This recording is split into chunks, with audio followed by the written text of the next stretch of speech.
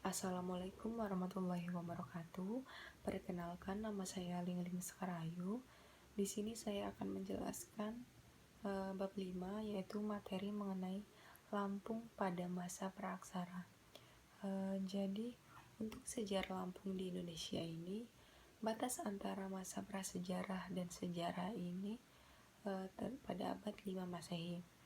Untuk sejarah daerah Lampung, batas antara prasejarah dan masa sejarah itu masih menjadi polemik, terutama mengenai batas waktu yang belum diketahui dengan jelas, yang disebabkan karena pada zaman sekarang ini masih terus ditemukan peninggalan-peninggalan purbakala yang terus bertambah, sehingga diperlukan penelitian lebih seksama serta mendalam untuk penentuan batas masa tersebut.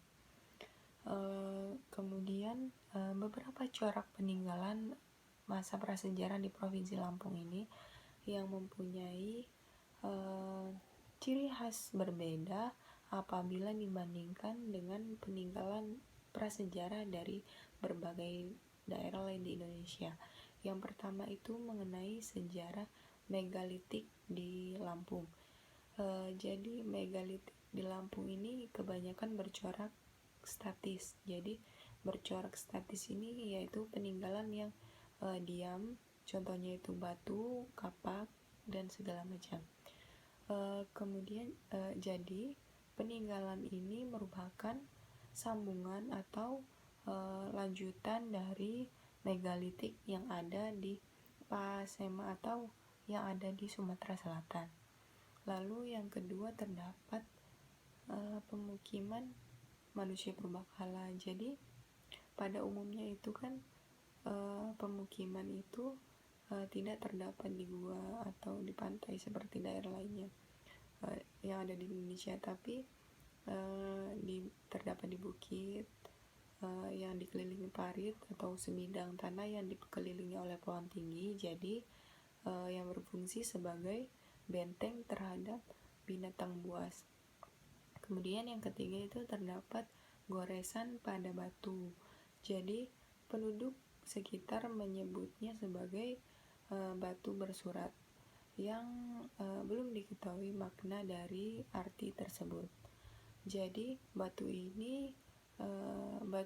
sejenis ini bisa juga ditemukan di Palu atau Sulawesi Tengah. Kemudian yang keempat itu ada punden berundak.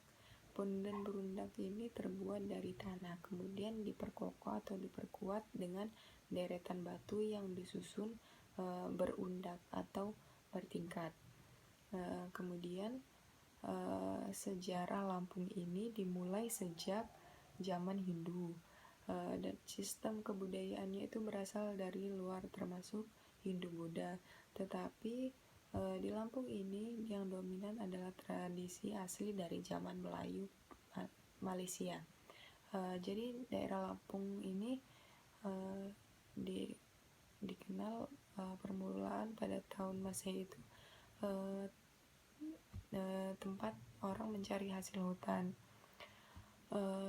Kemudian beberapa prasasti yang mendukung adanya kehidupan di perkampungan kuno itu yang pertama ada prasasti Palas Pasembah. Jadi prasasti Palas Pasembah ini berada di desa yang bernama Palas Pasembah di Kecamatan Palas, tepatnya di Kabupaten Lampung Selatan. Kemudian yang kedua ini ada prasasti Bungku. Prasasti Bungku ini ditemukan di Wais Kampung, tetapi sekarang ini sudah tidak ditempatkan di Wais Kampung, melainkan disimpan di Rumah Informasi Taman Purbakala Pugung Raharjo. Kemudian yang ketiga ada prasasti Batu Bedil. Jadi prasasti Batu Bedil ini secara administrasi terletak di Kecamatan Pulau Panggung, Kabupaten Tanggamus. Lalu asal-usul penduduk Lampung. Jadi asal-usul orang Lampung ini berhubungan erat dengan istilah Lampung itu sendiri, karena penduduk Lampung ini belum diketahui dengan pasti kapan mulai dijadikan sebagai patokan. Jadi terdapat beberapa catatan atau teori mengenai asal-usul dari orang Lampung ini. Teori atau catatan yang pertama ini dari musafir Cina yang berkunjung ke Indonesia pada abad ke-7.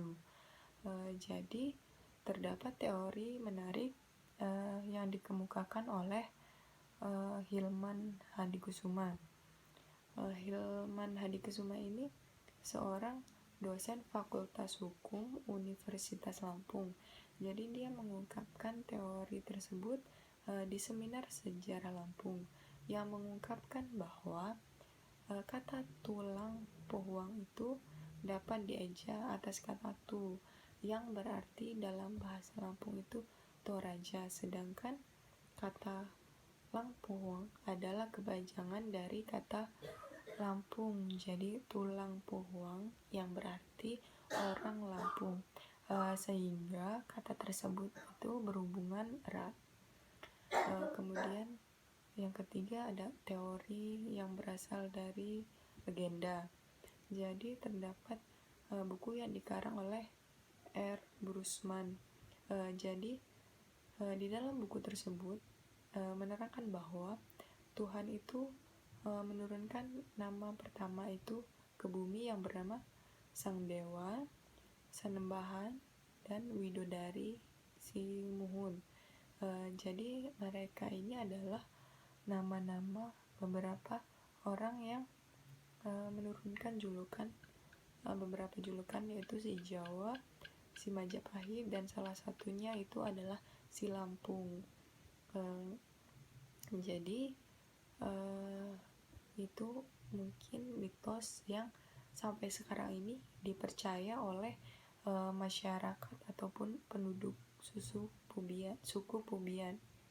Kemudian yang ketiga itu asal-usul orang Lampung ini berasal dari legenda daerah Tapanuli, yaitu mengenai terdapat suatu gunung yang meletus kemudian menimbulkan atau menciptakan suatu danau yang bernama Danau Toba.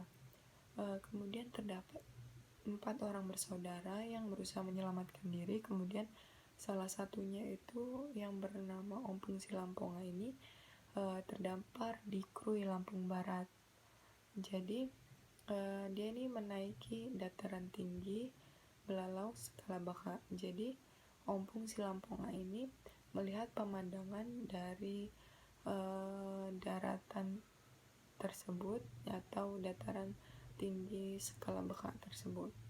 Kemudian yang keempat itu teori Hilman Hadikusuma yang bercerita mengenai ulun Lampung ini berasal dari Skalabaka.